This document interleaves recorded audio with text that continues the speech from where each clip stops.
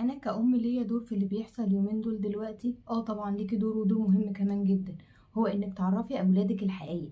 يعني ايه؟ يعني تعرفيهم ايه اللي بيحصل حواليهم في العالم، ما تخبيش عنهم.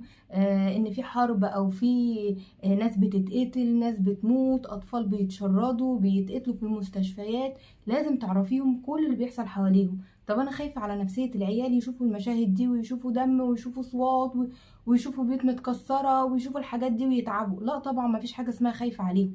انت هتعلميهم ازاي يكرهوا الناس الوحشين التانيين اللي احنا عايزينهم اصلا يكرهوهم. طب هنربيهم على ده ازاي طالما مش معرفينهم هم بيعملوا ايه اصلا عشان يكرهوهم؟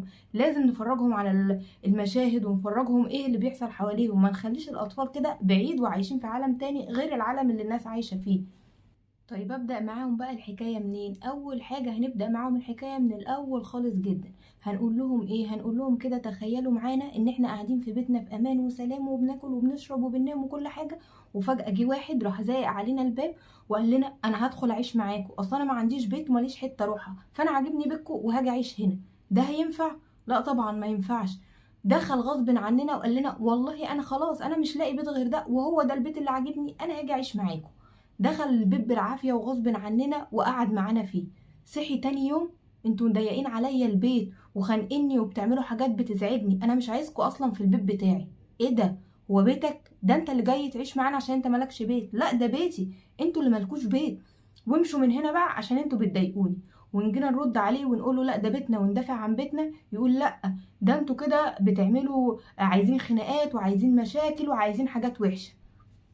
ينفع حد يجي يعيش معانا في بيتنا غصب عننا وكمان تاني يوم يصحى يقول لا ده انا هطردكم من البيت، انا مش عايزكم اصلا، البيت ده بتاعي، انتوا اللي جايين زيادة عليا، انتوا اللي بتاكلوا من اكلي، انتوا اللي بتاخدوا حاجتي؟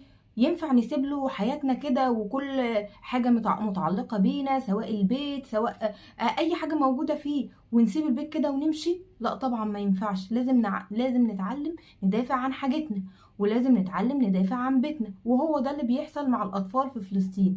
حد جه غصب عنهم وخد بلدهم اللي هو بيتهم الكبير وعايز يقعد معاهم غصب عنهم. لا مش بس كده يقعد معاهم، لا ده عايز يمشيهم وهم نفسهم من البيت ويقول لهم اطلعوا انتوا بقى بره، انتوا مالكوش حاجة، ده بيتنا أصلا من الأول.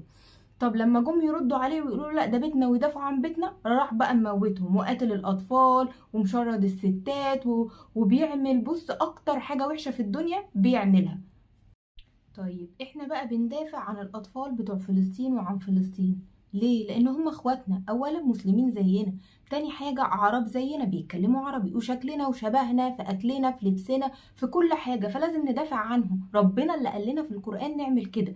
لازم ندافع عن المسلمين اللي زينا، ولازم ندافع عن الناس اللي شبهنا، وكمان ده حقهم، فاي حد ليه حق لازم نقف جنبه وندافع عنه. طب احنا اطفال صغيرين مش عارفين نعمل ايه؟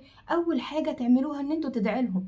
ممكن ربنا يستجيب منكم عشان انتوا صغيرين اكتر من ما يستجيب من اي حد تاني. يعني ندعي كده لاخواتنا الصغيرين اللي المفروض ان هم ياكلوا ويشربوا ويناموا ويلعبوا ويتفسحوا ويتعلموا ويعملوا كل حاجه زينا كده طبيعي، ما بيعملوش الحاجات دي. ندعي لهم ان ربنا يرجع لهم حياتهم الطبيعيه وما يبقاش عندهم حرب ويبقوا عايشين في سلام زينا.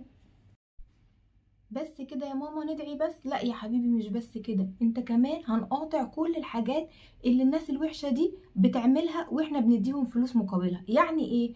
يعني مثلا ما فيش حد من الاطفال ما بيحبش ياكل شيتوز، ياكل دوريتوز، هوز، يشرب بيبسي، كوكاكولا، ياكل ماكدونالدز، كنتاكي. ما فيش حد من الاطفال ما بيحبش الحاجات دي.